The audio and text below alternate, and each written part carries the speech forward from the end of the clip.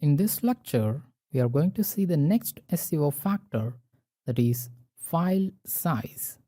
In 2016 research data, we are dealing with the unzipped file sizes of web pages.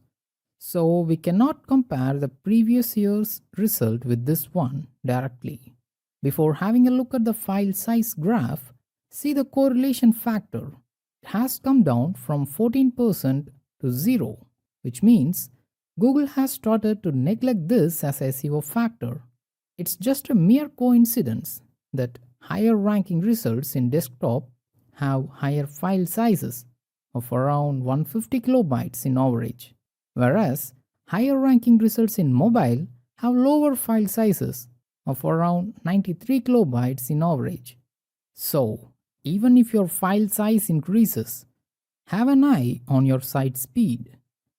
In 2017, blogs and websites are writing 1500 to 2000 words longer articles compared to 2014 or 15, and that's why the file size has increased a bit. In the next lecture, let's see one of the most important SEO factor, that is page speed.